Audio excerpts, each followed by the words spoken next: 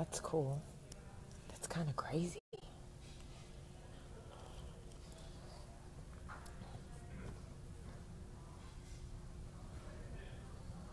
Good morning. Please let me know if you can hear me. Melissa, can you hear me? Can you hear me with these earphones in?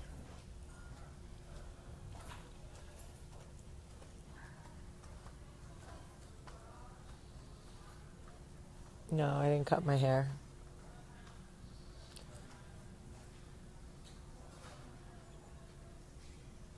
Um, Good morning, good morning. Oh, you can hear me. Okay, great. So, first of all, good morning and welcome to Coffee Talk. My nails are actually black, Jamie. Not I like Lincoln Park After Dark, but these are black. So I am at the Atlanta airport, waiting for my flight to Los Angeles, and I am working on a couple of presentations that I have to do this week. Every day I have a big presentation to a different buyer, so it's super nerve-wracking for me. I love what I do, but it's a lot of preparation. I didn't cut my hair, y'all. It's just up in a clip. So this morning I wanted to talk to you about loneliness. I want to talk maybe today and tomorrow, maybe even Wednesday, depending on the conversation, about loneliness. As I said yesterday, I believe that loneliness is one of the most significant contributing factors to the emotional downward spiral of our society. I think that there are things like drugs and mental illness and things like that that play a factor. But I really believe it begins with loneliness. I truly believe that. Just hear me out. Human beings are social creatures by nature. We play. We engage in silliness. When we are kids, most of us are very happy because most of our life is play. It's social interaction. That is what we were created to do. Social responsibility, community, connection. As we get older and cliques and groups start to form and people start to decide what are redeeming qualities in other people, they start to choose their tribe. Oftentimes, there is somebody who is left on the outskirts of whatever cliques or tribes or niche groups that are being created. Oftentimes there is somebody deemed not cool enough or not social enough. Not all of us have the same capability for play. Not all of us are natural joiners. Not all of us are super athletic. Not all of us have the same ability. So when these groups start to form in our formative years, this is the irony, right? It's like Survivor. Our most formative years are like those middle school years. And by the way, it's getting younger. By the way, loneliness is starting younger. I don't remember feeling lonely till like 6th grade. Now kids are being targeted, left out, bullied in like 3rd grade. 3rd grade by like kindergartners. I'm like, what? So just hear me out. I'm going to get to the adults, but I really want to talk about this. This is so important so that we can, I hope that you guys will watch this with your kids or talk to your kids about this. What happens when somebody is excluded is their wiring, their system begins to break down. The fibers of their being that long for community and play start to dull as in self-preservation. And in the dulling of that, they grow sad. They become withdrawn. They get depressed, okay? In that depression, they become recluse. They start to dislike people. They start to dislike themselves.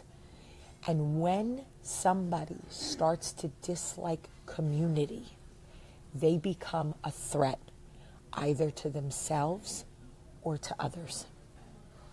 Our suicide rates now, especially in children, are at an all-time high.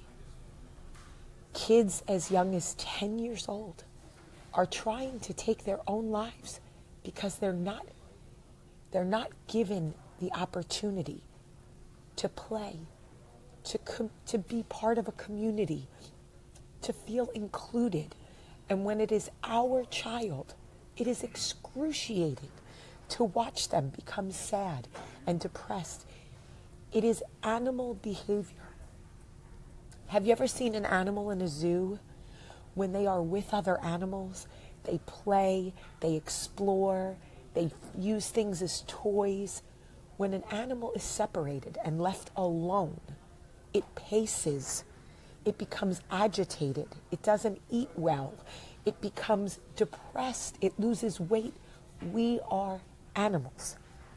We need to socialize. We need to play. And as parents, we must do a better job. We must do a better job of raising inclusive children. And I don't want to sound preachy. I really don't. And if I do sound preachy, I am going to ask for your forgiveness, because I am not trying to preach at you. I am trying to make you understand where a lot of this aggressive behavior comes from. When you look at the Columbine shooting, the mothers of those boys say that the boys were excluded. They were lonely. They were battling depression. They were angry at other students for bullying them. All of these things. I'm not excusing mass murder in any capacity, but it is a systemic issue. If we don't work backward from what is happening, especially to the men in our country, in our society, it starts when they're boys. It starts when they're boys. We have got to address a systemic issue of loneliness in this country. And by the way, men are never allowed to say they need their friends, right? Girls always say, I need my girls. I need a girls' night. Where's my tribe, right?